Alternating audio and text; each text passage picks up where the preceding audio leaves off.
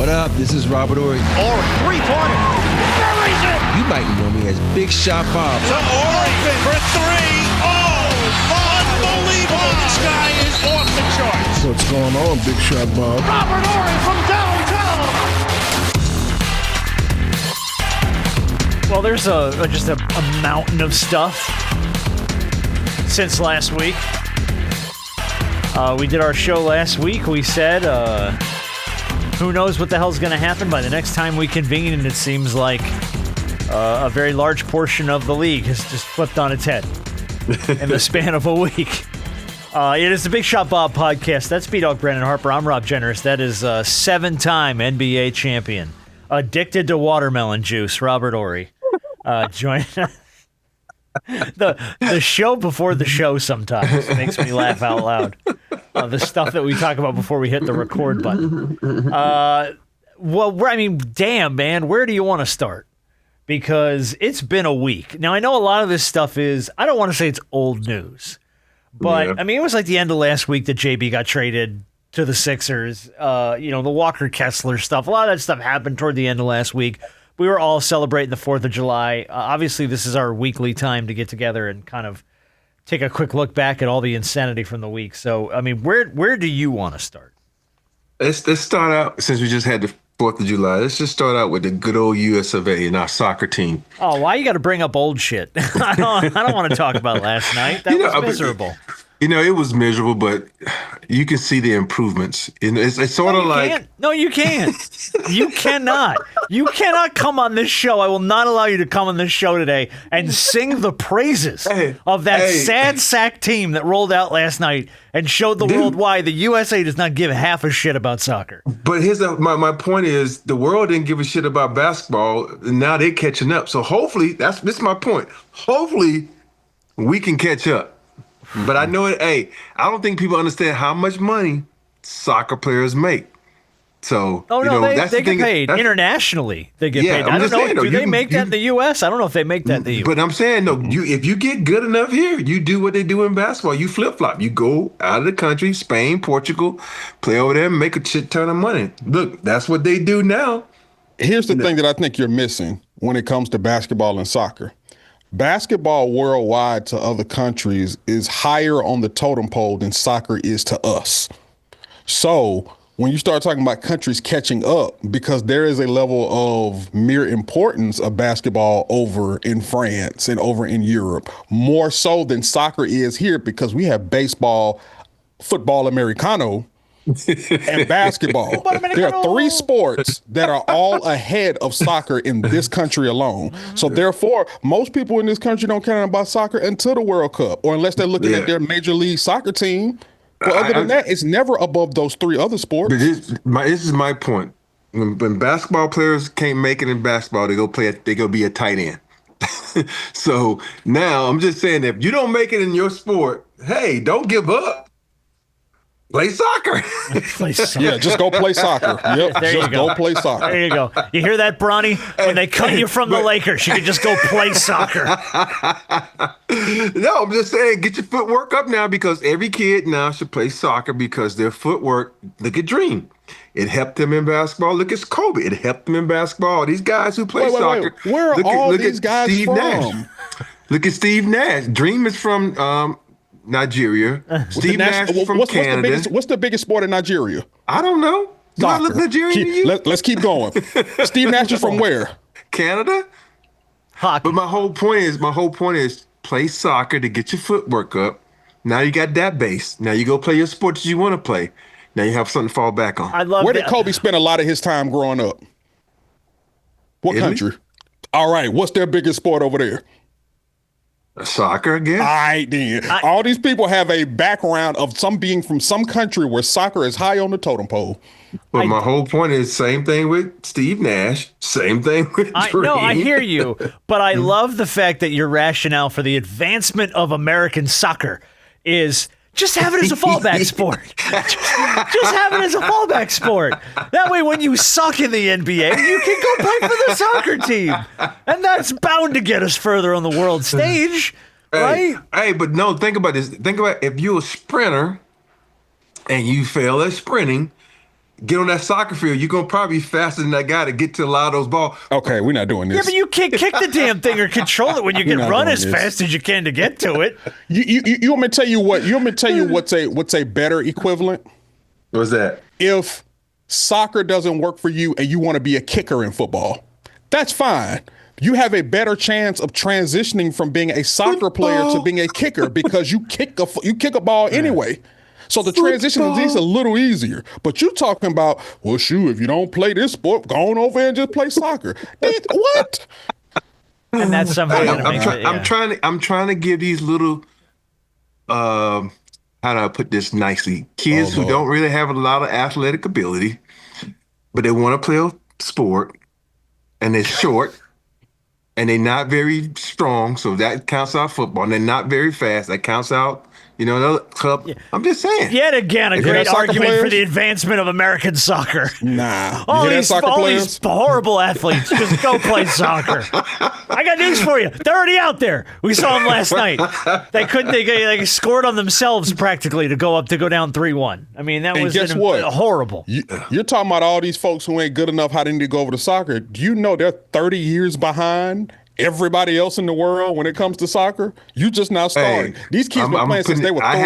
I have a friend.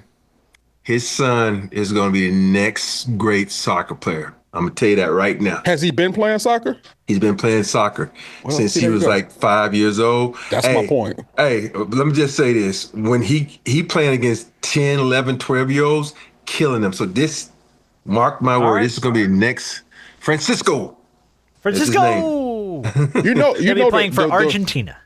The more and more we talk about this, the further and further we move away from what your point is. No, my point. No, I'm just hollering at my friend Francisco. Yeah, that's all right. Rob's got the new. He got the best soccer. Francisco Nava.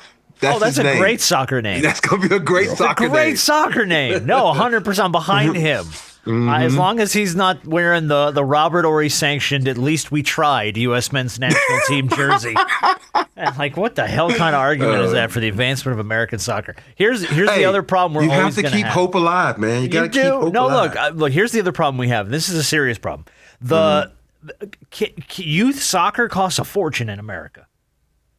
If you want to play youth travel soccer in the good old US of A, you got to spend $5-6 grand a year on jerseys, on travel, on all this other stuff. Wow. So it is crazy expensive because I think in so many other countries, it is the predominant sport. It's not FIFA's got programs in place that help supplement that stuff and pay for kids' leagues, and they make it more accessible to kids in other countries. In America, to your point, there's so many other sports. And the crazy way part more about that are more focused on by the national spotlight than soccer. But America, though, what youth program is not? Oh, they all expensive. cost a fortune. That's America. Yeah, that's America. Yeah. It's the American way. I mean, baseball's the same. Baseball, these kids are buying $500 bats to play baseball. Oh man, it's ridiculous. I'm glad my kids play basketball. Yeah. Hey man, give you a pair of shoes and we'll go steal a basketball from somebody. And that's how you get started. That's how you two kids can win 7 NBA championships one day. He said we're going to do it the good old American way. Steal us a basketball. Hey, no, you think about it, man. We growing up, we had we'll go to basketball practice, distract the coach, and take a basketball home, and now we couldn't afford a basketball, so we had to get one somehow. Oh, that's great. The good old American way. Steal us a basketball. Well, speaking of stolen basketballs, where do you want to go? You want to do JB? You want to do... Let's do JB. You want to do the cream team? What do you want? I know exactly what you're talking about. Well, let's go JB. Let's go JB. As it happened last week, the first ever Twitch streamer for podcaster trade went down. As the Boston Celtics traded. I didn't even think about that. Jaylen Brown to the 76ers for Paul George, 2 first-round picks, and 2 second-round picks. And that's all you got for Jaylen Brown, which seems a little weird. It was also strange that it seems like just a few minutes ago, we had Jaylen Brown on Twitch talking about Joel Embiid being a flopper. Flopping has ruined our game. Joel Embiid is a great player. one of the best bigs in fucking basketball history, flops. He know it. This ain't breaking news. So now he's got to go stand on a court with Joel Embiid and be like, "Hey, man, when I said you were a flopper and you were ruining basketball, that's my bad. I didn't mean that." You forget they had to when Drummond went there, they got into a fight and they had to be teammates, so it can work out. Yeah, you got to get some stuff out.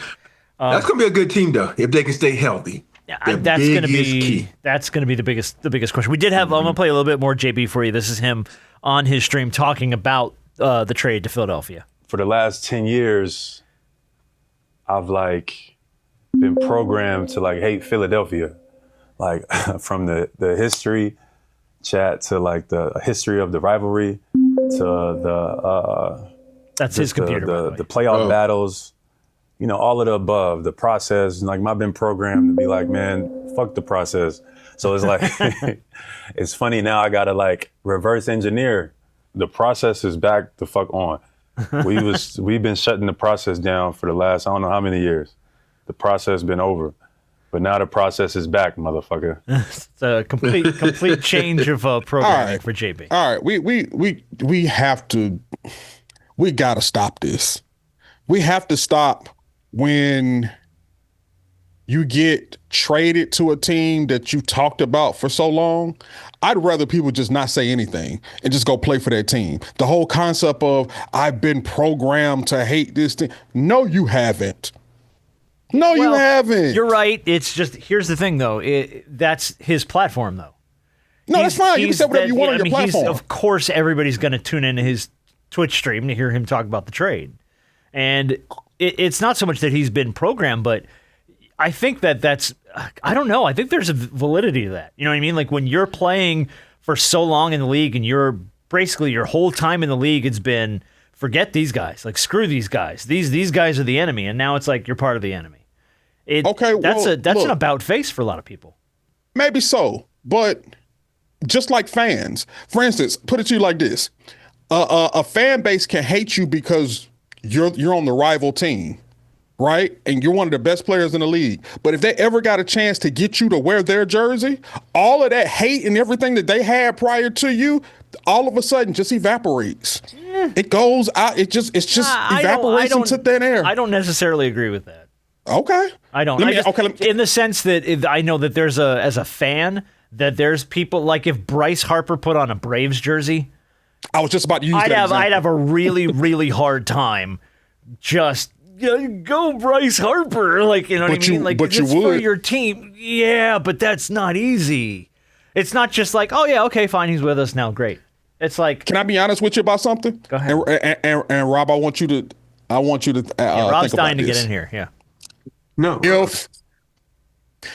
If Kobe somehow, some way in his prime wound up playing for the Boston Celtics, with this whole Lakers-Celtic thing that went on through for years, how do you think Boston fans would feel knowing that somebody who they quote-unquote hated now has on one of the best players in the league, one of the best players of all time, now is wearing a Boston Celtic jersey and is now playing for their team? Where do you think that hate goes? Out the window? But really? Let's be honest, we just saw it with LeBron James. LeBron James came to the Lakers. People like LeBron James, but they didn't embrace LeBron James. So if you think about it, I've never seen so many people oh, LeBron's gone. Yeah, I can be a Laker fan again. It was crazy. That's weird. And so it's LeBron was never a rival for the Lakers, but it's when you come in and you trying to replace greatness like Kobe, and it's you trying to come in here and do it, and it's hard to embrace. Hell, think about me. I was never playing against San Antonio, and I went there, won a championship. I was oh, I like him now. He gone. Oh, I don't like him anymore. So it happens, but it's to me. When you got athletes, and I think a lot of it has to do with who the athlete is also. You think about Freddie Freeman. He loved by everybody in fucking sports, right? Yeah. I know it didn't happen like he wanted to in Atlanta, but he came to the Dodgers. And fucking people love him. But he's I know, still plus loved here. He's still and he's loved putting here. up great numbers, but Yeah. shit, He's Freddie won Freeman 2 World loves so Series in much by LA, and we Dodger still fans love now. him. Yeah. Yeah, but and also if you putting up numbers like Freddie, so once you put up numbers and win a chip, people don't give a damn what you did and where you were. Once you put that chip and that championship on a mantle, they happy. Yeah, and it more so has something to do with. I just, look, I'm not saying that hate and despise for rival teams isn't real, but some of this from some of these guys and even some of these fans, it's fake outrage. Because if you ever really, you don't really hate that player, because if you really had an opportunity for that player to put on your jersey, you ever heard the saying, you hate to compete against a guy, but you love him to have him on your team? That's how it is for most people. But I think Rob's right, though. A lot of that has to do with the player. Yeah. You know what I mean? Like, and I'm curious to see how Philadelphia reacts to Jaylen Brown. Because they gonna hate him. He's Philly fans, they hate Santa Claus. Yeah, of course they do. But so do people in Boston.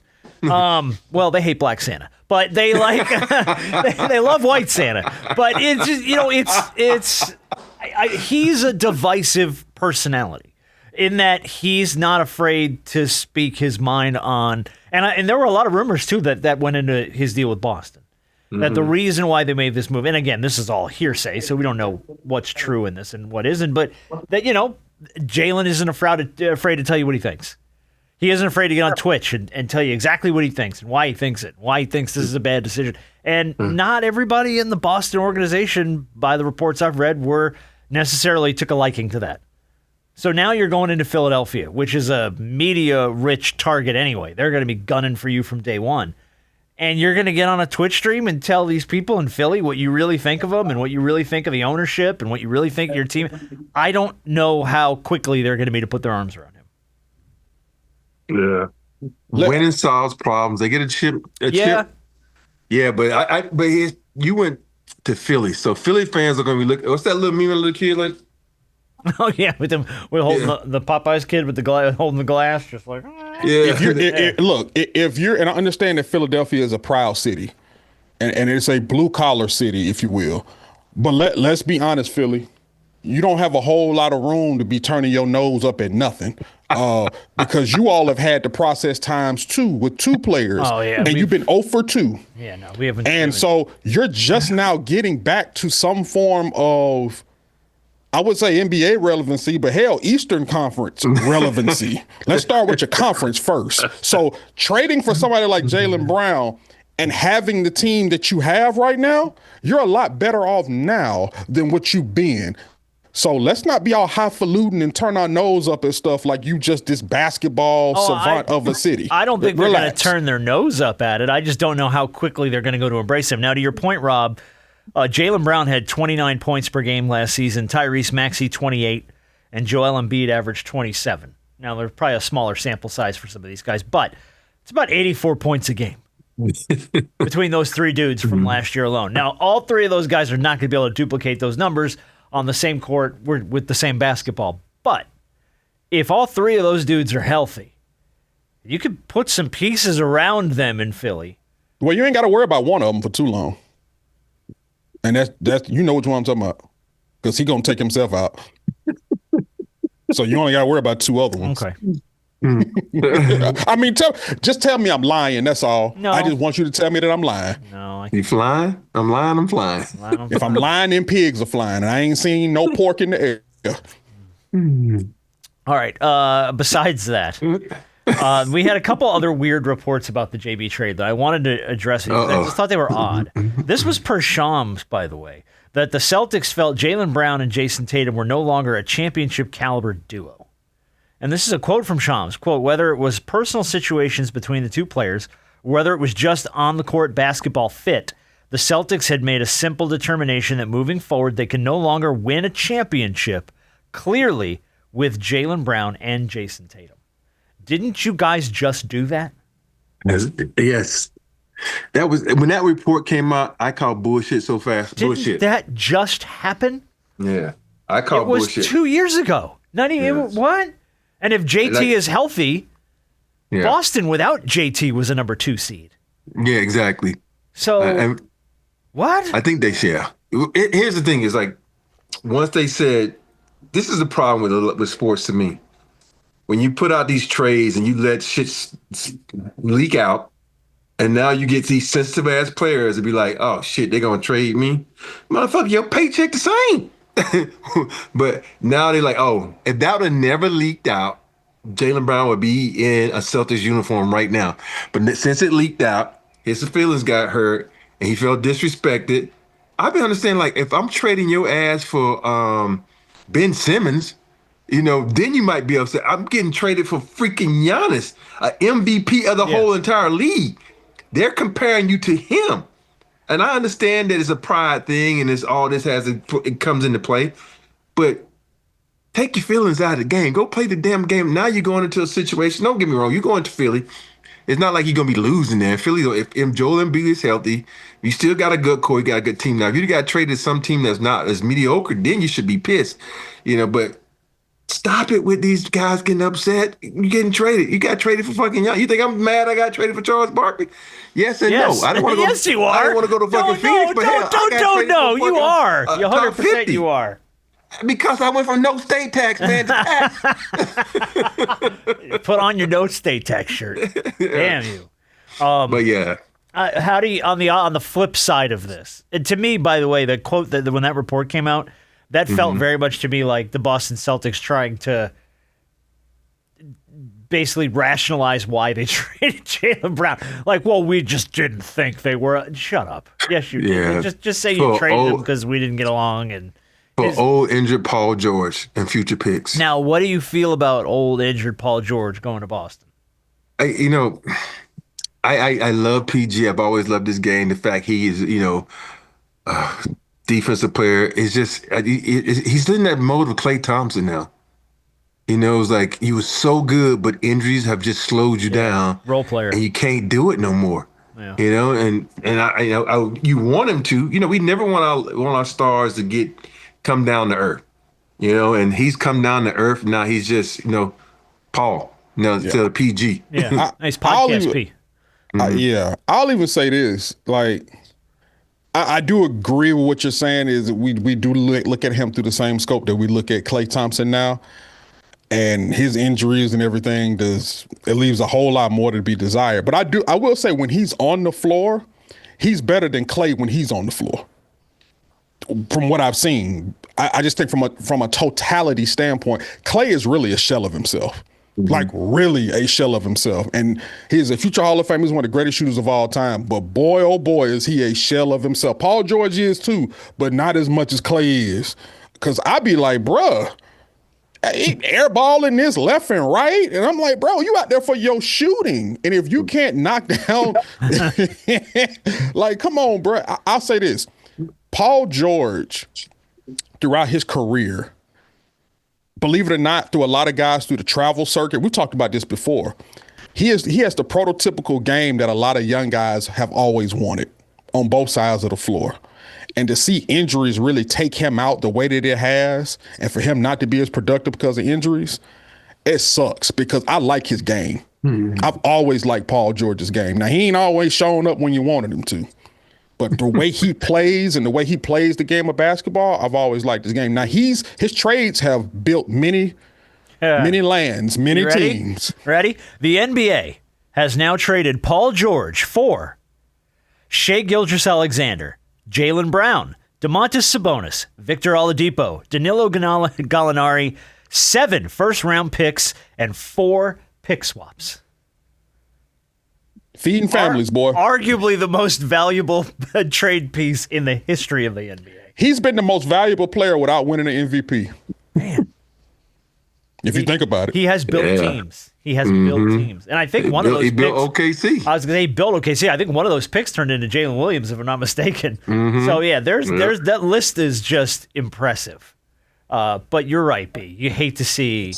But I think Boston might be a good situation for him, though, right? Because you don't have to be the man in Boston. He had to be the man in Philly. You're right, but you kind of did in the sense that Embiid's always hurt, and Maxey wasn't Maxey. He did kind of came on. You had VJ, you had decent pieces there, but you needed somebody to step up, and he never was that person. Seemed like in Philly, but if JT's back and you've got JT. And you got some pieces that you can make work in Boston. Maybe Paul can be more of a complementary piece. And maybe at this stage of his career, that's what he needs. I think he's in the worst situation because, you go to Boston. He's basically almost the second best player on that team. There's no disrespect to White. At least in Philly, he was like the third, sometimes fourth best player. And he can, but now he's going to be dependent on a little more. And that might be good for him. Like he can shake off the rust and get back to somewhat being an old self. But I think he's going to have a lot more on his shoulders. And for a player to go to the coach and say, I can't blow by anybody anymore. I just can't do it. And then his words telling the coach. So now you got to do that a lot more now because you second option. Well, that second option would validate his salary, because he's making a lot. That salary say I'm a franchise player still. Yeah, so even if he is the second option, some people are like, well, heck, you getting paid like one. So let's see what you got. And what this does is it gives JT what he's technically wanted. When we saw a little bit of a documentary or whatever where he said, Doc, I'm not trying to come back to be a role player. Well, with Jaylen Brown now gone, you getting everything that you want. Hopefully you can come back and be the superstar that a lot of people know. So you definitely can't be a role player now. So you're getting everything that you want. And let's see how this Achilles really holds up now you're starting a full season or back a full season. You're just shaking your head, Rob. Yeah, I'm just Boston. I think that if it's me, do I keep JT or Jaylen? Jaylen just showed you I can carry you to a second seed. Yeah. And that was just a weird situation for me. I just knew they always coveted JT more than they did Jaylen. Like they appreciate Jaylen for the player that he was and the fact that he had a moment in time where he was now the number one and did everything he did.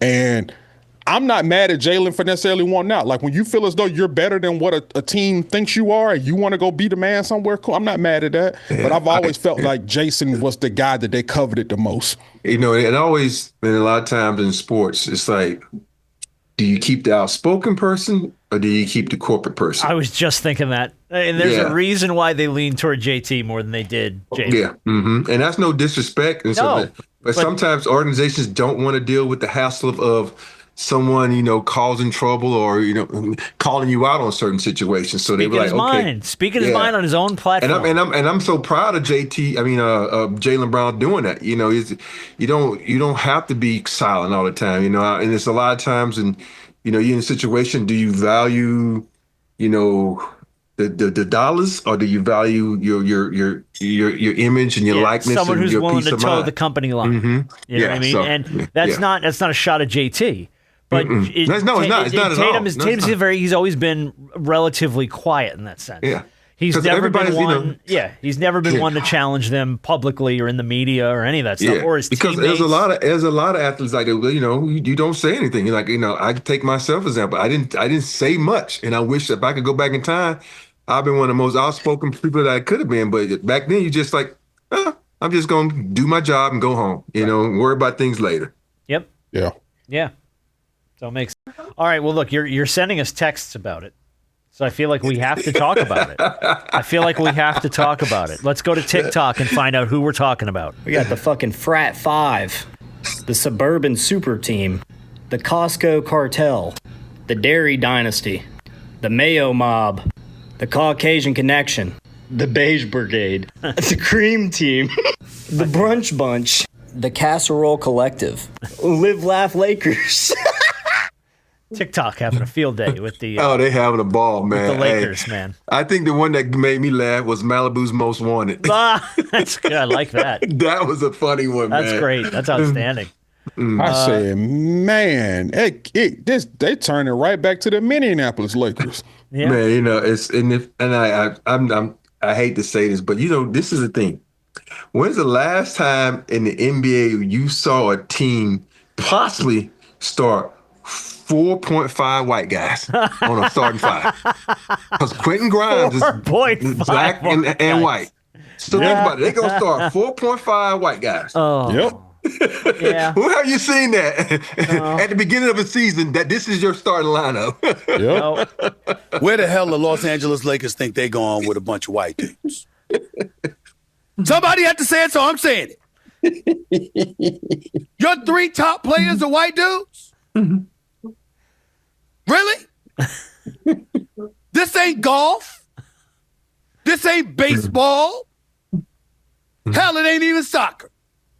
And we got a whole bunch of brothers on Team USA. What y'all think this is? This is basketball. This is basketball. In NBA history, when have you seen your 3 most prominent players on a basketball team all be white? And that takes you to the promised land. Somebody got to say it, so I'm saying it. You, Stephen A. Rob said it too. So. Hey, let me just say this. Lakers going to be 3rd seed in the West. Everybody going to underestimate these white guys, and they going to kick everybody's ass. I would love to see it. Hey, Jenners, you can become a Laker fan. Like, yeah. On behalf of white people everywhere, I would love to see it. You're going to see a lot of Lakers jerseys out. I'm telling you what, man. I'll tell you what. They even got whiter when they traded DeAndre Ayton. I said, well, yeah, I know, yeah. There's another white, yeah, there's another black dude down there. Who's the blackest guy on the roster? Move him out of here. Like, no, like it's just Walker Kessler was obviously the big acquisition for them. They traded the Jazz for 4 first-round picks in 2031 and 2033, and first-round pick swaps in 28 and 30. Kessler signs a 4-year, $130 million deal with the Lakers, which means between, Robbie just texted us, between Luka, AR, and Walker Kessler, you are committed to just shy of $480 million for those 3 white boys. Yeah. You know, here's the thing. I go back to what I said earlier, how you let stuff leak out. And somehow the Utah Jazz knew how much the Lakers wanted Walker Kessler. Yeah. And they were like, oh, you want him? Because, Walker Kessler, he ain't really played since he's been in the league. You hadn't done anything for fucking 4 future picks. And I think a lot of times when teams get rid of their picks, they anticipate that trade we made going to make us so good that that pick we going to get is going to be lower in the draft, so it's not going to be worth, not going to be worth anything. And I'm like, shit, you never know. You forget. AR wasn't even drafted. Got guys in the lower draft that have been really good in this league. And so it's like, Kessler, where is your, I understand when you come out of college, you get paid, but what kind of body of work has Kessler put in to deserve this contract and deserve all these picks? That's all the thing. That's what I want to know. I mean, like you said, and this hasn't just been this offseason. The Lakers been trying to get their hands on Walker Kessler for the last 2 seasons. Yeah. And with the Jazz knowing that, anytime a franchise knows that another franchise knows that you have a desire for a player, look, the price of the brick has gone up. Always will. Always will. And brick is, cocaine, because everything's white here. Okay. Well, there you go. You said it, not me. Okay. So, you said it, not me. Since we're here, what I'm saying is, I'm trying to figure out what we thought the price was going to be, because nobody's giving the Lakers a discount anymore, if anything. No. Nothing. And never were Lakers gonna. want something, it's double. The last discount the Lakers were going to get was Luka. Mm-hmm. And that wasn't even a discount. That was a shitty trade. Mm. Well, that falls right in the line. A discount, a shitty trade is the cousin of a discount. It's almost a good show title. I can't use it, but it's almost a good show title. It's just my thing is, I don't understand. They're gonna finagle you and finesse you out of your. Now we don't know what Walker Kessler's gonna be in a Laker jersey. We don't know what a lot of these guys are gonna look like next to Luka. That's why you play. Mm-hmm. But you're the Lakers. Teams aren't giving you anything anymore because they know how much you don't value draft picks. No. And the problem is, you now have, as the LA Lakers, have no tradable first-round picks over the next 7 years. None. 7 years. 7. I think the only one they have is 32. I think that's right. Yeah. And now they did pick up when they traded DeAndre Ayton to the Wizards for Jaden Hardy. They got a couple of second-round picks in 2031 and 2032. So you got a couple second-round picks back for that. You're gonna have to hope that you can trade someone to OKC who got all the picks. Yeah, and trying to get some picks back or something. Yeah. I mean, I don't know how that's going to work. My favorite posts this week have been like the post of the three of them, of AR, Luka, and Walker Kessler, and somebody posted, the typical internet meme of who's stopping them. And somebody responds, "Not the police." I know that much. That was my favorite response of all of them so far. That was great. And then Rui Hachimura is gone as well. Rui signs a 2-year deal with the Clippers, $20 million, 2 years. He's gone adjacent. You just go down the hall. Yeah, I know, but or down the street. My bad. No, down the hall is our little. That's a 680 thing. He went down the hall. Down the street. I don't know who Rui's agent is, but he should fire him. Because there's no way you get that amount of money. It's no way. And then 14 you think a year, right? Yeah. 2 years, 28. No, you look at the league and you look at look at what Quentin Grimes just got. You better than Quentin Grimes. Okay. So let's say, Rui shot 50% from three. Think about that. First thing I do when I'm at the end of the season. Sorry, I'm still here. My webcam is dying. It continues to clip out. So think about this. As soon as the season's over with, I'm calling up San Antonio. Like, hey, y'all need me. Y'all need me. I can play defense. I can knock down some shots. I can open the floor for Wemby. And then they go get Tobias Harris. Yeah. So you think about, Tobias Harris is a great player, but Tobias Harris, since he came out with that comment saying I should be an all-star, he's been spiraling down. He didn't do much in Philly. He didn't do much in Detroit. He's up and down. I go with Rui. And so you look at what's happening with that, and I'm like, your agent fucked up, dog. Unless you just told me, you don't want to leave LA. Well, I think that's also what it is. And I was just about to say that. One of the reports is he wanted to stay in LA if he could. Now that shortens your leverage because now the only other team in LA are the Clippers. And so if Golden State, that's LA adjacent. Is it? I think he really wanted to stay in LA. So hey, if the best that the Clippers could offer him was 14 per, then so be it. But I do think you shorten your money. You kick into your money a little bit when you start talking about, hey, I only want to be here, or this is where I would rather be, because neither the Lakers nor the Clippers are, well, especially the Clippers now that the Kawhi is gone, are championship ready. They're just not. And I'm all for you getting your money, but also being in California, them state taxes going to eat you alive like they have been. So, if you want to stay in California and make your money, then you also have to know everything that comes with it. So if you want to stay there and get it, cool, that's fine. But I don't know what other offers he had, Rob. I don't. And if his preference was to stay in California, he's narrowed his options down. So teams don't have to necessarily back up the Brinks truck per se in order. Love for him to stay a Laker. His ability to shoot, him adding a little color to some things, literally. But I like the way Rui plays. I like the way he spaces the floor. I like the way he shoots. I think the Lakers realize once we let LeBron go and LeBron said, y'all go in a whole nother different direction and y'all build around Luka. Yeah. That's when they start. That's when they said, you know what? We're going to clean house almost completely. And we're going to bring in a whole new, outside of AR and outside of Luka, we're going to bring in a whole new regime. We're going in a whole new direction. And the crazy part about it is you got a couple of pieces. We know whenever LeBron lands, they shipping Bronny for some second-round picks to whoever he goes. Oh, big time. Probably so. And then you think about what's a boy from Tennessee they've been trying to trade for 2 years? Dalton Connect. Dalton Connect. They're going to get rid of. West Side Connect. And so they can other than that, what, just Luka and AR. That's it, Really? That's it. It's slim pickings. Mm-hmm. It's gonna be an interesting season coming up. You know, is. You know what though? I've always liked this guy Carr. You know, I'm really interested to see what he can do in the summer league. He's like a project player almost, and for me, I think he is going to be better than a lot of people because they think he is because they didn't get a chance to see him at Baylor, but he's athletic.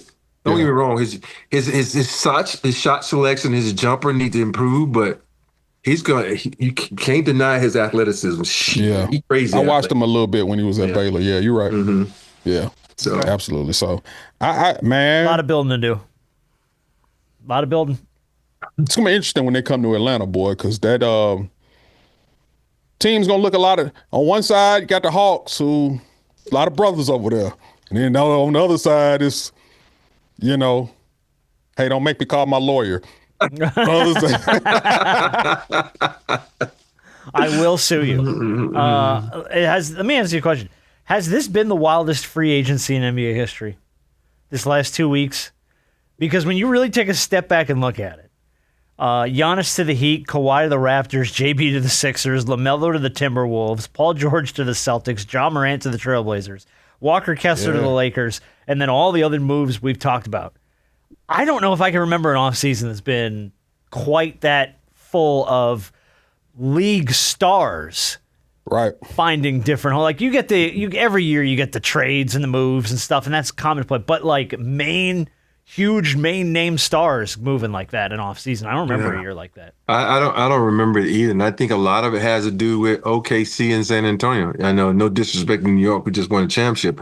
Everybody's building teams to beat those teams because they're so damn young and they're so damn good. Yeah. So you're trying to figure out what can we do, and everybody's making moves, and everybody's trying to save money. Everybody's trying to get picks, because everybody nowadays they're so interested in draft picks, and I'm like, dude, that's fucking shot in the dark. You don't know because these kids come out so young. I know they 21. I was 21 when I came out of college, but they're young in the sense of having the maturity of playing against some talented guys. And so for me now, they're coming out.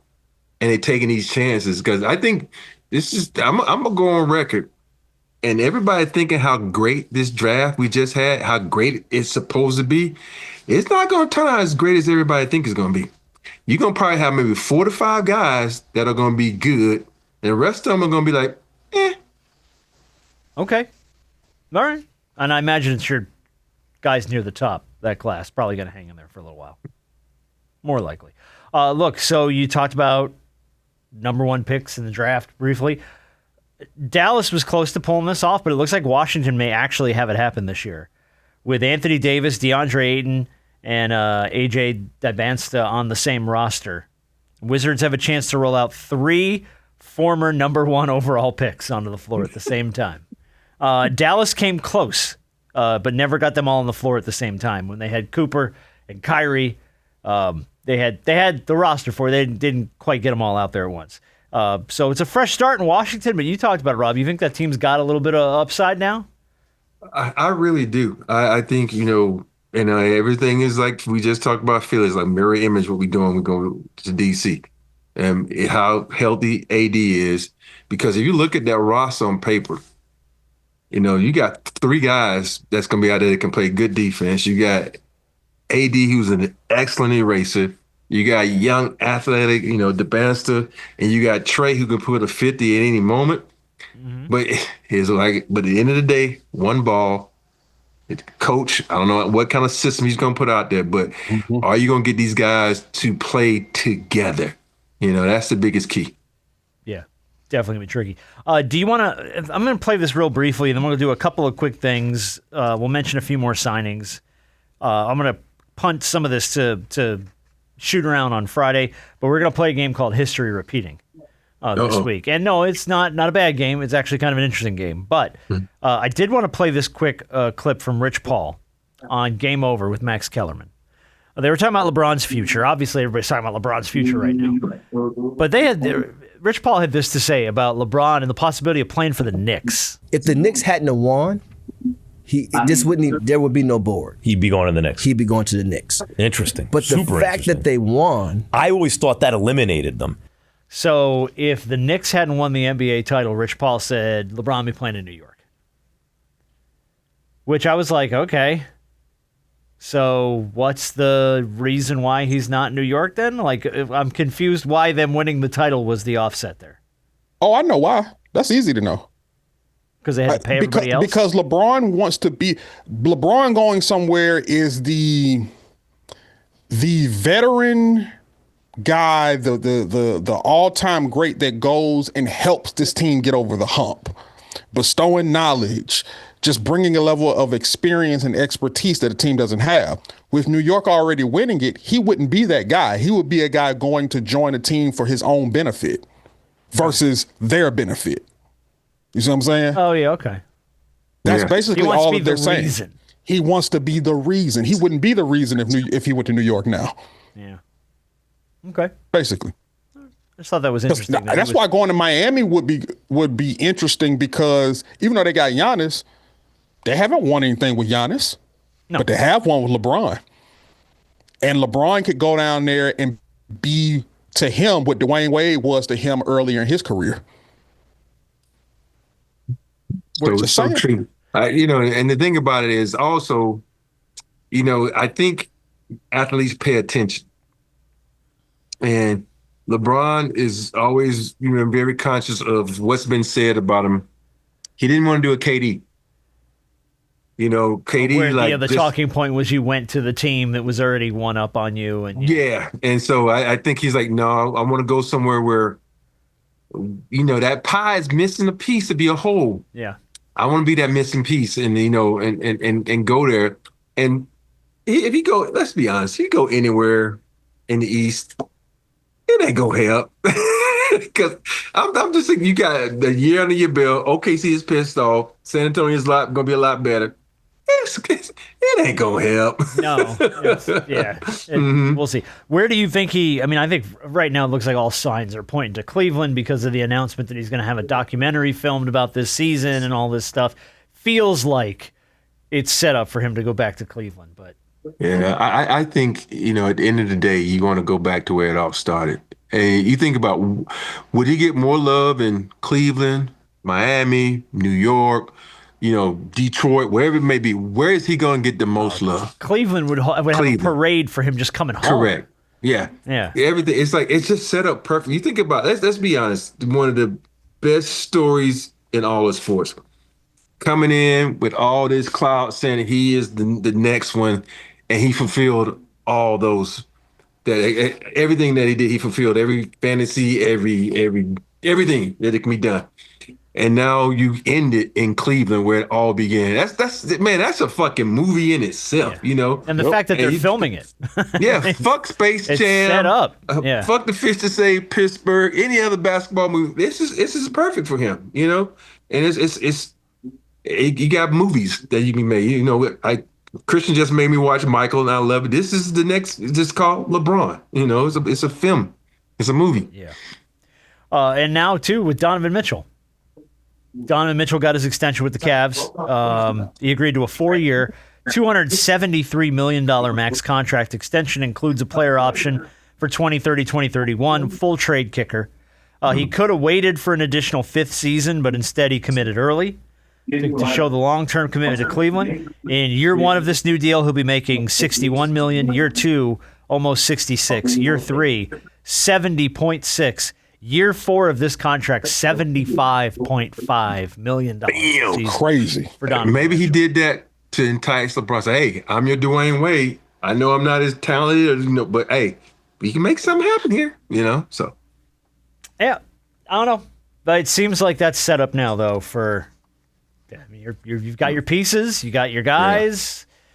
Are they still working on the deal with Harden? The last time I heard, they were trying to work out a deal with him. I think he opted out to still, so he could go on a kind of a longer term deal. They're gonna overpay him too. Yeah, they're gonna overpay. Well, not two. They're gonna overpay him. Yeah. Hey, they probably right now sitting back saying, "Wait, let's see what LeBron does. Harden, opt out. You're going to wait too, buddy." All right, a couple more quick free agent signings and updates, and then we'll get to Big Shot in the game. Colin Sexton to the Lakers on 2 years, $19 million. You like the pickup? I liked him. The Lakers have kind of coveted him for a minute. And now that the young bull is there, because let's be honest, you look around that squad, you need some toughness. You know, you need a bulldog, and that's who Colin Sexton. He don't back down for anything. You know, you think about it, he almost won a college basketball game with 4 players on his team, him and 3 other guys. So, you know, even though that was a long, long time ago, he's still improving, even though he's been in the league a minute. I like the pickup. Okay. Yeah, he's a downhill type of guy, a guy who will attack the basket, and I think the Lakers needed that. He's another piece. I'll put you like this. All the jokes aside, I don't hate what Rob Pelinka has been doing. I don't think he's just been signing guys, but I think if Rob, after LeBron said, go ahead and do what you need to do, and if he just sat on his hands and he wasn't doing anything, Laker Nation would be absolutely pissed off, as well as Luka would be pissed off. Yeah. I think he is trying to build something around Luka that he feels would work. And I think Luka probably is happy about what he's been doing. I agree with you. You know the funny part about this? If you could put blinders on and just say, oh, good signing. Oh, good signing. Oh, good signing. And then you put out oh, shit, they just all happen to be white. So that's the joke, you know. And that's what I'm saying. They're going to be surprisingly better than what a lot of people think because they're judging them by their skin color. Don't get me wrong.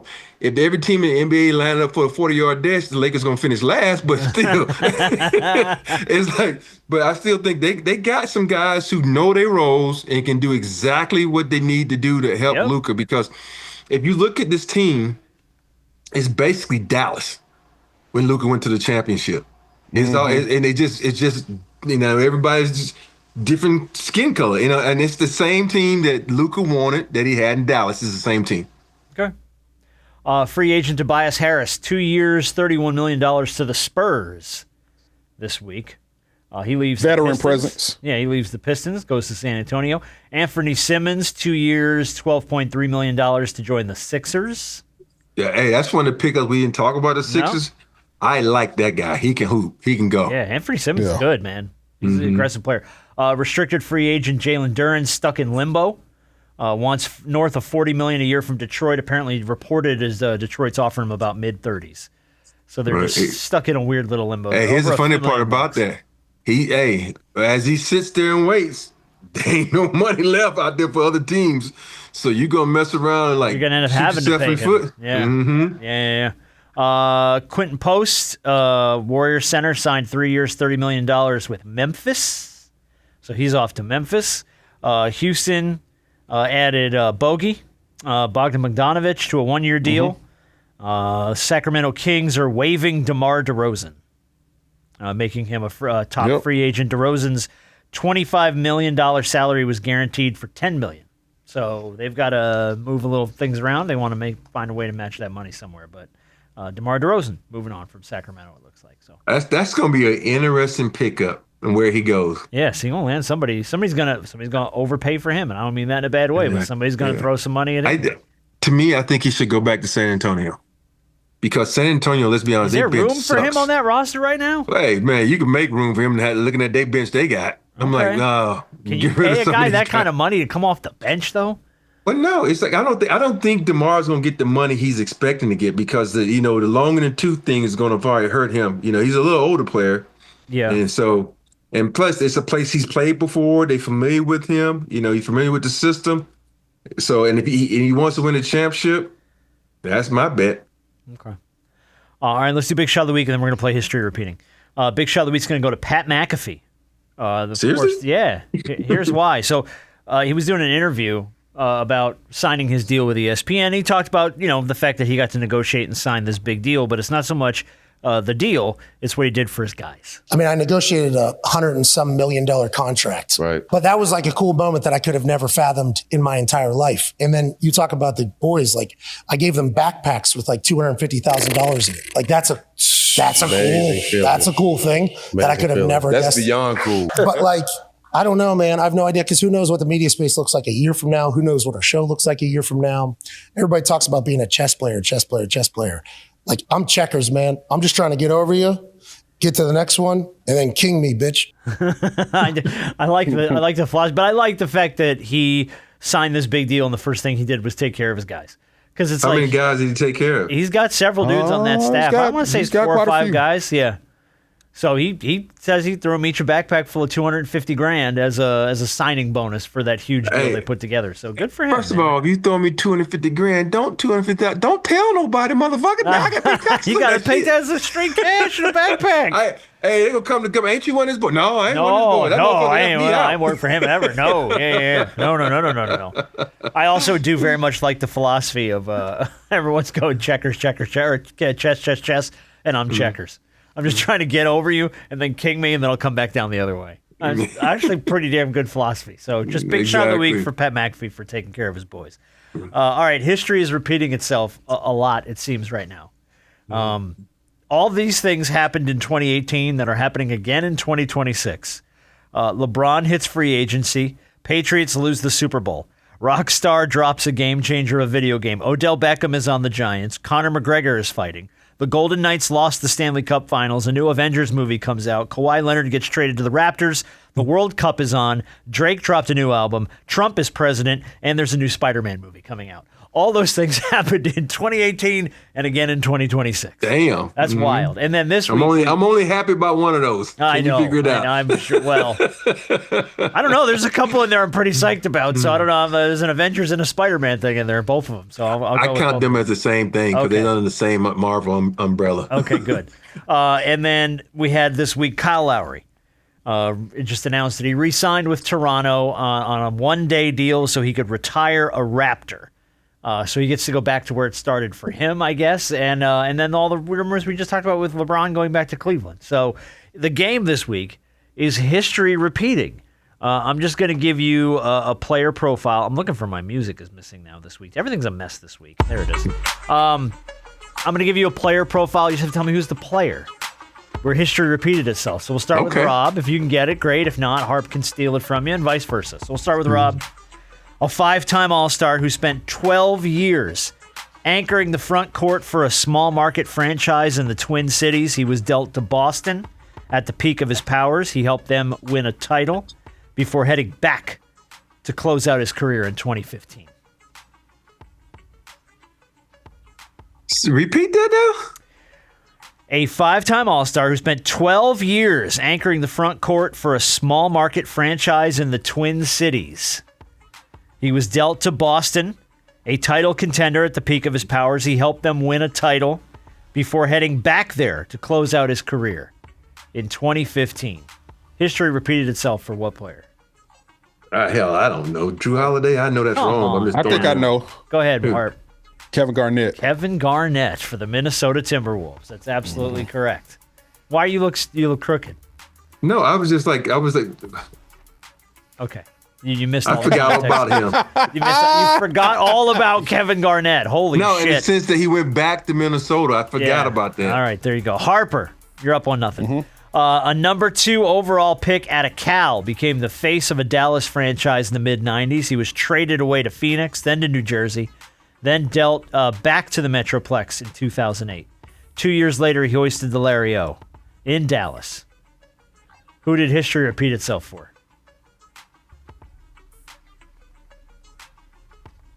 The number 2 overall pick in the 90s. This might flip the other way. Rob seems to have this one. I know exactly who this is. Okay. He went to Cal. Went to Phoenix, then New Jersey, then back to Dallas to win the Larry O. Dang. I can't remember. Take it, Rob. He had blonde hair playing for the Phoenix Suns, J. Kidd. There it is. Oh, yeah, Jason you're right. Kidd. I forgot he went to Cal. Yeah, There you go. All right, Rob. Tied him up. Here we go. This guy won Finals MVP, leading a gritty Detroit team over Shaq and Kobe and the Lakers in 2004. Shipped to the Rockets in a deal that brought Detroit an aging Allen Iverson. He wandered through New York, L.A. before signing back with the Motor City in 2013 so that he could retire there. That Chauncey? That was Chauncey.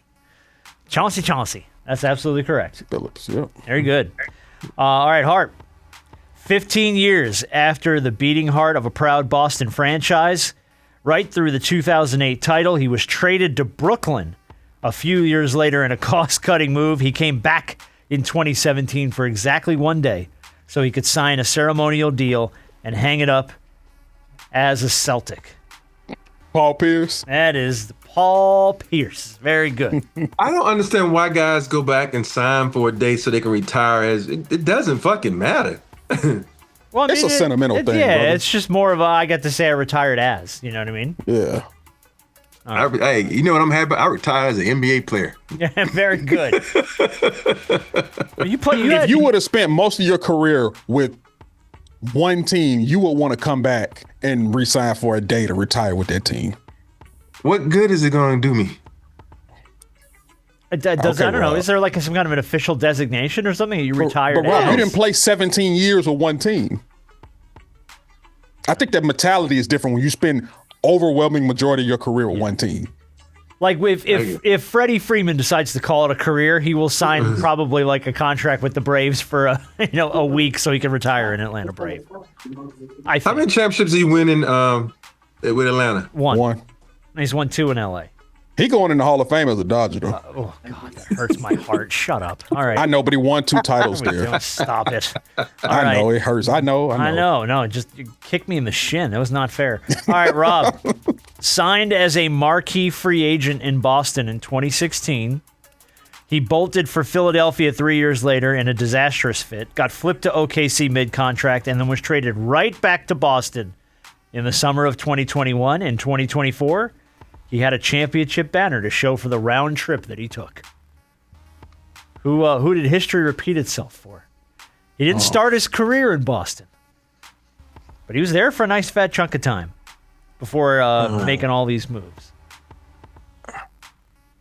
I want to say Hartford, but it's not Hartford, though. But I'm going to just say Hartford just for time's sake. It is Al Horford.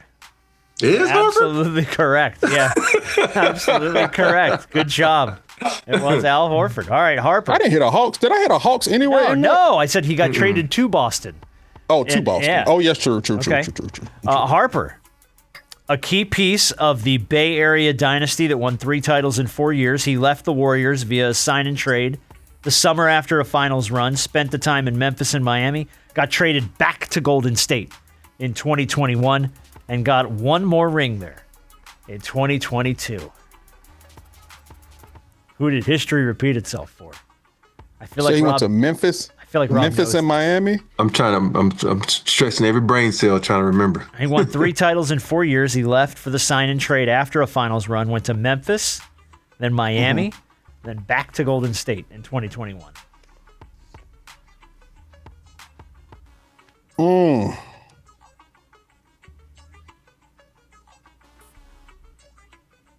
I'm not going to lie. I'd be surprised if one of the two you couldn't pick this one.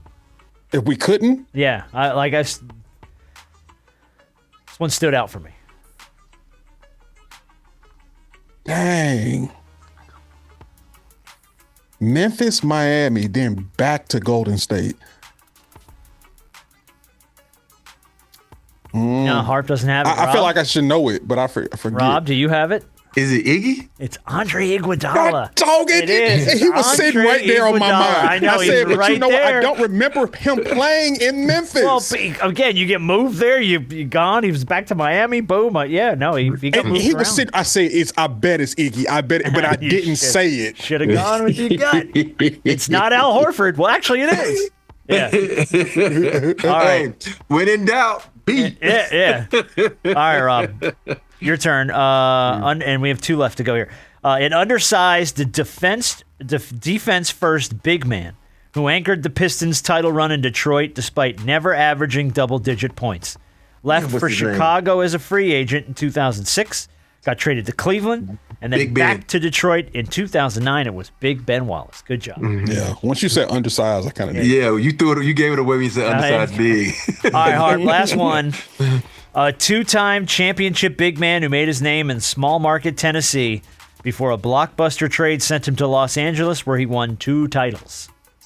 After stops in Chicago, San Antonio, and Milwaukee, he signed a farewell deal to officially retire as an LA Laker.